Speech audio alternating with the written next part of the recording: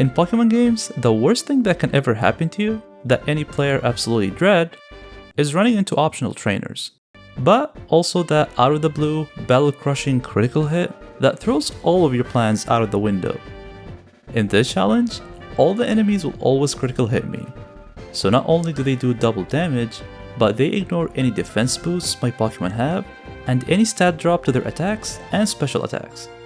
Here's a scary scene of an intimidated Houndoom taking most of my health with a physical attack. The only exception is when a Pokemon is burned. In this gen, their damage is still halved. Let the challenge begin. Choosing Cyndaquil is a huge factor on getting by the early game, because of its advantage against the Sprout Tower and the second gym leader. The early start is still somewhat the same, just a bunch of Pidgeys and Rattatas on steroids. This is one messed up AI. Maybe I should have just let you visualize it instead of this sight diarrhea. After barely making it through the first trainer with a level 9 Cyndaquil, we head to our first town. Before I challenge anyone, I catch a Pidgey, a Bellsprout, and trade for the Onix. With Ember, I can still take down the Sprout Tower. In fact, I got my own crits along the way. Was able to evolve my Cyndaquil, still almost lost to the Sage, but the experience I got made challenging Faulkner a lot easier. I even got a burn on my first attempt, so I wasn't worried. After the gym, we get the egg, catch a Ghastly, and a Mareep. And I make sure I battle all the trainers in the way to level up my team. Quilava will be great for the upcoming gym, and I want to get it as high level as possible. And the rest will help with the upcoming rival battle. We go through the Union Cave and make it out to Vancouver? I challenge Bugsy, and boy am I glad I picked Cyndaquil. I didn't realize what I was getting myself into until I started seeing this. My saving grace so far is that the AI doesn't realize how strong they are, and still goes for moves like Scary Face or non-attacking moves when they can easily kill me with one hit. With the second gym leader and the rival down, I feel good about myself. Not in life, but like so far in this challenge. Boy, this got depressing really fast. The third badge is going to be difficult with a Miltank critting 24/7. So, we have to be a bit strategic. I catch Drowsy and trade it for a Machop, then leveled it up a bit. With the boosted experience, since Machop is a traded Pokemon, Machop can easily catch up in level. The game will say something like the Pokemon got the boosted experience, and unless you're a League of Legends player, boosted is a good thing here. Machop knows Low Kick, which has an interesting effect in Pokemon games. You see, Low Kick deals more damage the heavier the opponent, and Miltank, to put it delicately, with no body shaming intended whatsoever, weighs more than your mom, so that makes it in the heavyweight champion chart right about here. One more thing I need to do before I get cancelled is to use Focus Energy a couple of times on her Clefairy, which raises my crit chance by 2 stages each. This makes it easier to take down her Clefairy and her Fat Cow.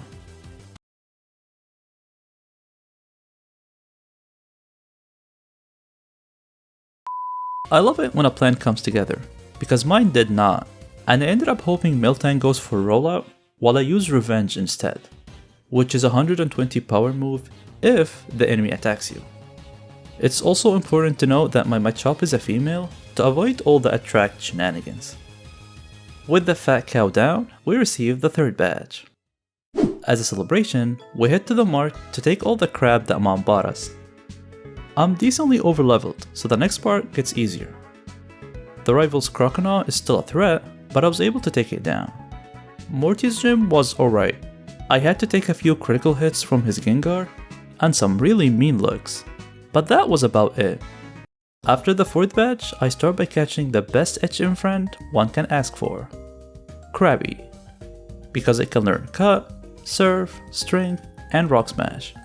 I'll also need to work on my team, and what's a better chance to level up an electric type Pokemon than against sun-kissed, half-naked water trainers? And I died on my first battle. Gambling time! After legitimately getting 10,000 coins through legal methods, I got the TM Thunderbolt. I teach Fluffy Thunderbolt, taught Dig to my Quilava, and decided to catch the red Gyarados.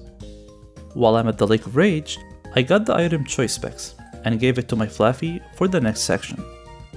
In case you're not familiar with this item, it boosts my special attack by 50%, but I'm stuck using the same move and I can't change it without switching out. The only exception is if you taught something else over the same move, which I found out by accident, but I thought it was a pretty cool fun fact. On my way back, I scared an Inti away and died to a random encounter. But I was able to make it to the next town and evolve my Flaffy, thanks to all the water trainers on the way there. Chuck's battle was weird. He definitely had the strength to make this battle tough for me. It all came down to what the AI decided to use. In this attempt, his Primeape never attacked. His Poliwrath, however, did some damage. He was able to land Hypnosis on my Ampharos. That means I'm definitely dead to Focus Punch. Lucky for me though, he got paralyzed from static. I know he has 2 Hyper Potions, but my team outnumbers his. But honestly, I wouldn't have defeated him if it weren't for his questionable decisions. He used Body Slam and Focus Punch against Quilava instead of just killing me with Surf right away. My most recent pickup Gyarados knows Dragon Rage, so I was able to defeat him after he ran out of healing items. We're making good progress, and today happens to be a great day, because it's Friday, which means we can catch a Lapras. I'm not going to take Lapras with the ability Shell Armor, which is an ability that prevents a Pokemon from getting critically hit. And that is for the sake of the integrity of the challenge, and because I'm a dedicated content creator who would never choose the easy way out. Also, I tried and it didn't work, so anyways, Water Absorb it is. I decided to finish all the Team Rocket story battles to gain experience before battling Jasmine. I stole the TM Snatch, snatched the TM Thief, fought my way through the underground. You poor dead bird. And gave Jasmine the medicine, unlocking the 6th gem. Easy boy. Choice Specs on Typhlosion with the move Lava Plume is enough to take down all of Jasmine's team. Price wasn't as straightforward, but was still relatively easy. Ampharos takes down Seal and Dugong with Thunderbolt, and Typhlosion takes care of his Piloswine. The fun is over, this is when the real challenge begins. Before heading to the next Team Rocket hideout section, I started headbutting trees with my Pokemon in search for Heracross. I catch the Heracross and leveled it up while going through the boring segments. On my way to the next city, I went back to the Dark Cave to catch a Wobbuffet and gave it the experience share, which I got earlier by trading the Red Scale. Clair was the start of when things get tough. Her critically hitting Kingdra can single-handedly take down my entire team.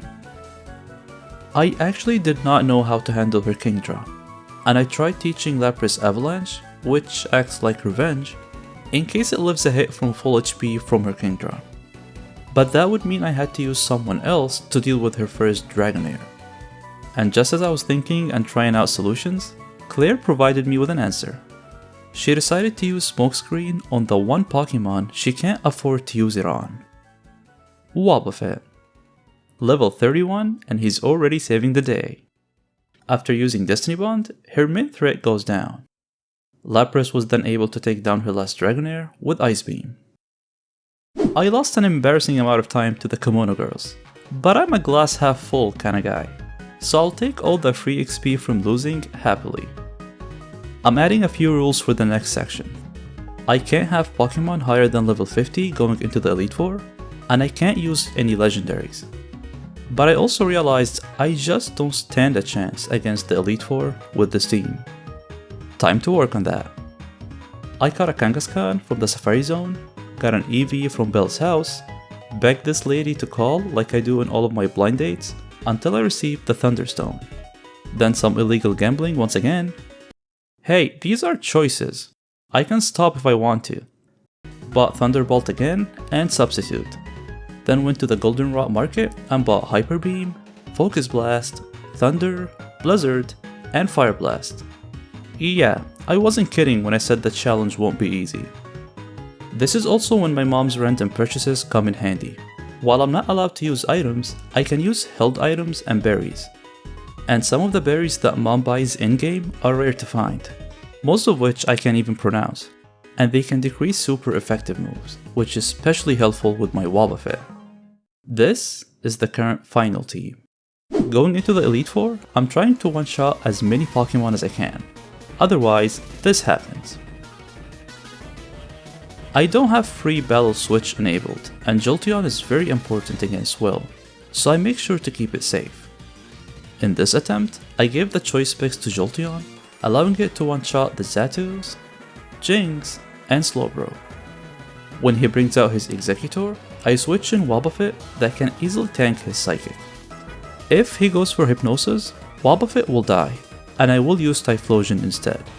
But from previous attempts, I learned that he can go for Egg Bomb, so I use Counter to take it down. Before challenging Koga, I moved the choice picks over to Typhlosion. For some reason, Koga still brings out Fortress second, so the first two Pokemon are easy.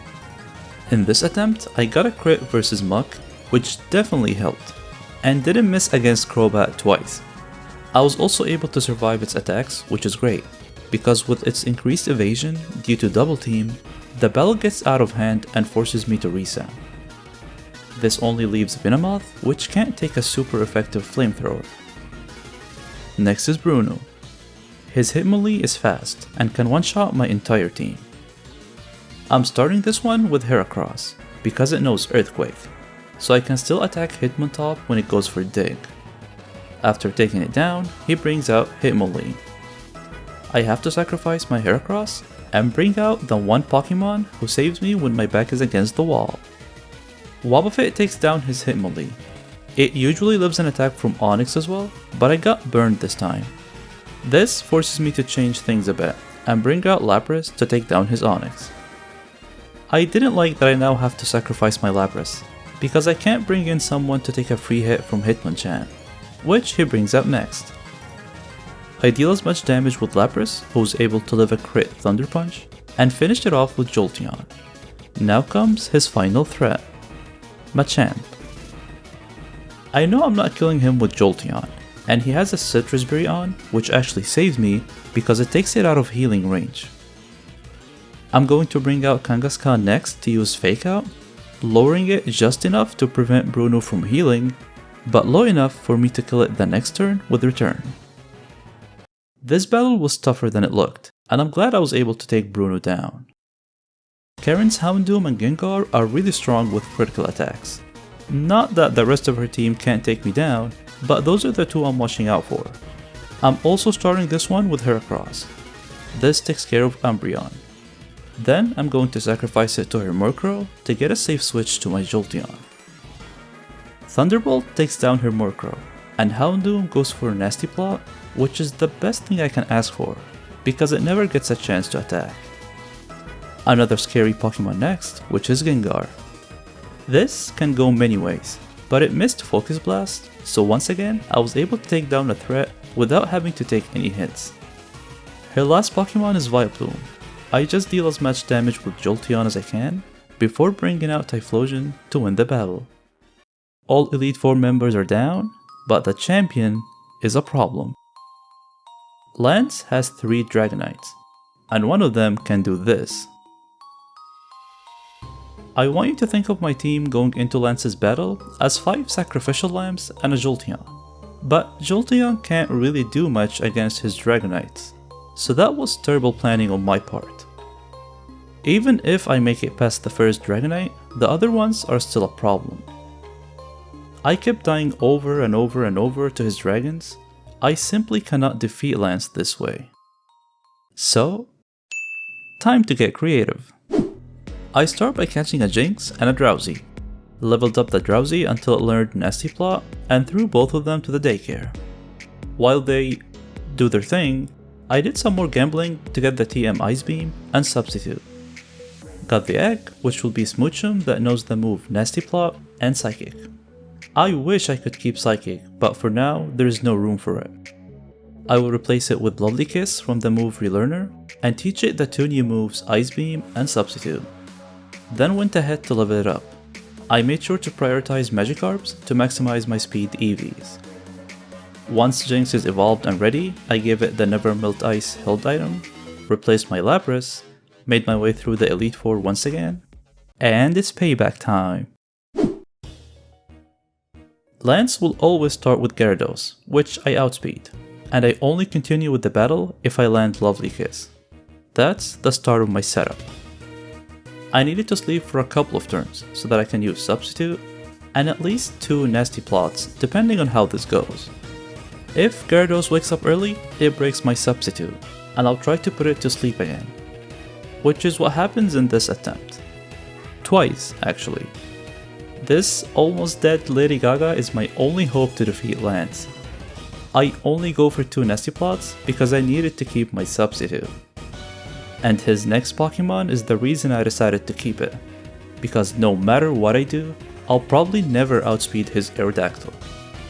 Actually, both Aerodactyl and Charizard can outspeed me, and I should have tried to put the Aerodactyl to sleep and went for another Substitute, but I don't think my health is high enough. So I decided to attack, not risk missing the 75%, and taking my chances against his Charizard, which is coming up next. So, do I outspeed his last threat? And just like that, Lance's 3 bullies are kept last, trembling for my Jinx. Time for some sweet, sweet revenge against his cheating Dragonites.